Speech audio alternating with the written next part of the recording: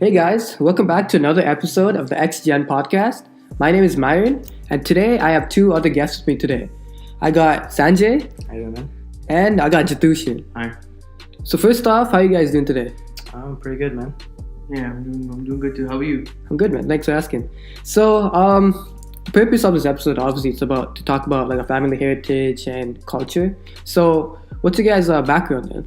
I'm Tamil. Yeah, I'm Tamil as well. Oh, okay. So you're all like Sri Lankan Tamil. That's good, guys. So we have some questions sent in from our viewers via Twitter. So the first question is from Pathman146, and his question is, how was the experience of living with immigrant parents in a Canadian society? I guess sometimes good, sometimes it's bad. Obviously, immigrant parents are always like fearful because like foreign country, they don't know what goes on here. Yeah. Obviously, with the news, talk about like stuff that happens, like stuff like terrorist attacks. It doesn't happen like in Sri Lanka, like snowstorms, this and that. Everyone really knows each other back there, so I guess they're fearful. So like, you don't get as much freedom. Also, but like, they also push you towards like your goal, I guess, or like trying to give you like a pathway so you can follow, so that you don't have like a miserable life. They always expect you to. For my family, at least, our rules. At 6 o'clock, you have to be by the table, and that's to study, right? But homework and studying is like completely separate. Like, you do homework on your own, your free time, right? So time you spend watching TV, you do your homework. Yeah. And at 6 o'clock sharp, you have to be at the dining table with your books and ready to study. And at least for 2 to 3 hours, you have to like wash your face and pray before you do it. That like started off with my grandpa, right? And the tradition went down to like my mom, and then like her sisters, everyone, and then like us, like me and my cousins and everyone. And like, I guess that sometimes it's good, so that way I can prepare. Right? They want me to be like ready for school, want me to do good in life, but like at the same time, it's like I don't get as much freedom as other people do. But I guess half and half, it's okay. Yeah, I kind of add on to what you say. How they always have a lot of overbearing expectations. That's some of the bad things. How they're always telling you, they're always drilling you to go for like the big name jobs like doctors, engineers, the lawyers. They're always trying to push you towards those. And also how, since they're immigrated, my parents, they always make me read out the English for them. So my dad, for all his accounting and emails and stuff, he'd print them out and he'd just give them to me, and he'd tell me to translate them all into Tamil. I hated doing those because they're not really used to language, and language barriers are a really big issue for them. So some people have translators. So that's sometimes the bad thing, but also there is some good things, such as how my parents, they have like flip phones right now. Back in the day, they didn't have phones in Sri Lanka, and they still believe that, and so they try to train me to be more social and try to avoid using phones. So like my mom told me like I would get a phone, it would be like first year, second year university. So yeah. How about you? Yeah, so for me, like my parents are obviously from Sri Lanka, and yeah, both my mom and dad, they did the university here in Toronto, and both of them got degrees and they got like good jobs and everything like that.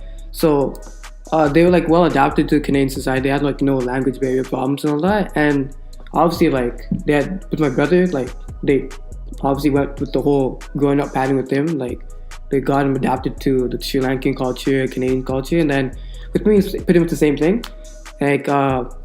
Like they taught me, like obviously like spoke to me in Tamil, mixed up English in both of them, and like they taught me about the traditions, Sri Lankan traditions, the stuff like the culture, the things that we wore and everything. So it was just like adapting to that. So like they had like no big like issues, obviously.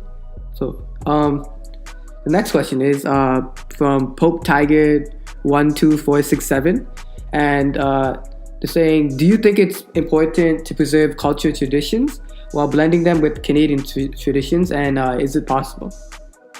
So I think it's really pretty important, because as immigrant parents, they're more prone to telling you, and they're more prone to try and drilling into you all the traditions, and such as your clothes you wear, the food. They try to get you accustomed to the food you eat, so that because once you like something and you keep eating it, then in the future you too will give to your children. And so it's really important. And in my household, like I don't know about you guys, but they always speak Tamil. Yeah. Oh, you guys? Yeah, same. Yeah, so you? Like it's a mix technically, right? Yeah. But yeah, I understand it and everything when they speak it. So yeah. Yeah, because they're also trying to learn English too, so they try to speak with us. Mm-hmm. So yeah, outfits, and also they try to make me watch a lot more movies. Yeah. So that I can continue the culture and try to like what I see. Yeah, I think like it's pretty important to like keep the culture alive. I don't think it's important to like have like just drill and like speak Tamil like every single day, all day. Yeah. Like obviously like it's good to have like different cultures, different experiences. It's good to have like be able to speak more than one language. Like all this stuff can be useful in the future. You never know what happens, Yeah, right? that's true. But like I don't think you have to like stick with that one culture. Mhm. I think like it's important, but like it's not like shouldn't be like your number one priority, right? You should have like different like options. You should have like I should be able to speak English if I want to, speak Tamil if I want to. But keeping those things alive is important, you know. That way people can learn about like history of people, Yeah. how the world ended up being the way it is today. You know, the different language. Like English wasn't the first language, you know. There's like different language before that, but also it was always derived, and you know, like a lot of words now is Latin derived, right? So Yeah. that culture, like it's dead language now, but obviously it's good to know the history, and also same thing with like different languages, cultures, and stuff. To know the history of like your people, how you ended up like where you are today. Yeah, And- for teaching the future too. Yeah, like for me, yeah, I think it's obviously important to preserve Sri Lankan traditions and stuff, like blending them with the Canadian traditions, because obviously, like, say 20 years from now, like when you have a family, like you want to try and obviously push over, like teach them about your own tradition, like Sri Lankan tradition, like teach them how to speak Tamil, celebrate all our events, and like teach them to like wear our cultural stuff to like any special occasions, right? Because like it's important from like, you don't know how it's going to be like 10, 15, 20, 30 years from now. Like, who knows, like our culture could just die down, but obviously it's a hope that the parents teach it to us and they hope that we pass it on to the next generation. So it's obviously like important to like keep culture like relevant today. Yeah. And because like obviously like Canada's a multicultural like country, right? There's many different cultures, so and they all like they have the same goal, obviously keep their whole culture going for a long period of time. So yeah, it's important. Yeah, So, kind of, yeah. Sorry, kind of to add on to you what you said. Yeah. It is really important because we're kind of in the middle. We're bridging the gap between. We're kind of torn. We're torn from our old generation, which is our parents, Yeah. and the new generation, which is like Canadian civilization society. And so yeah, we're kind of in that middle ground where it's important for us to teach our kids tradition so that they too can pass it on. And kind of, if we don't, then I feel like it can get lost. Yeah, that's true. That's 100% true.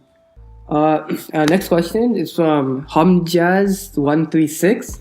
And his question is it possible to live up to your parents' expectations with their own personal desires? I guess yeah, it is, but there's like really thin, like a fine line where you can like be in between. Mhm.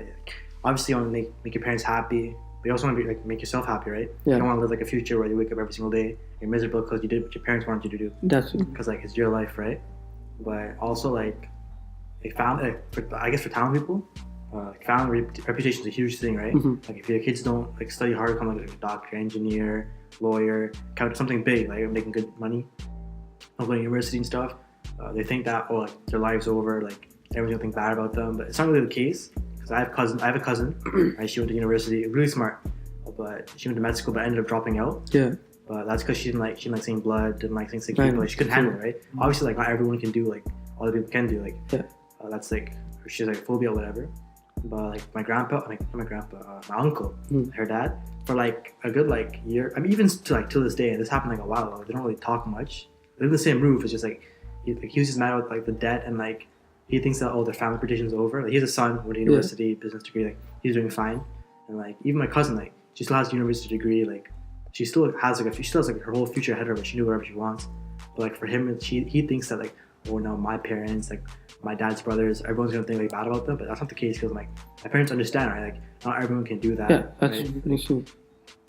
But yeah, I mean, I guess yeah, it's good to like make your parents happy, but you still have to make yourself happy. You know, like how would your parents feel knowing that the kids waking up like 30 years from now, if the kids waking up every single day like miserable, hate their lives, like what are they gonna do? You know? Yeah, that's 100% true. Yeah, that's true for me. My parents, they're always like from my dad's side, his full bloodline.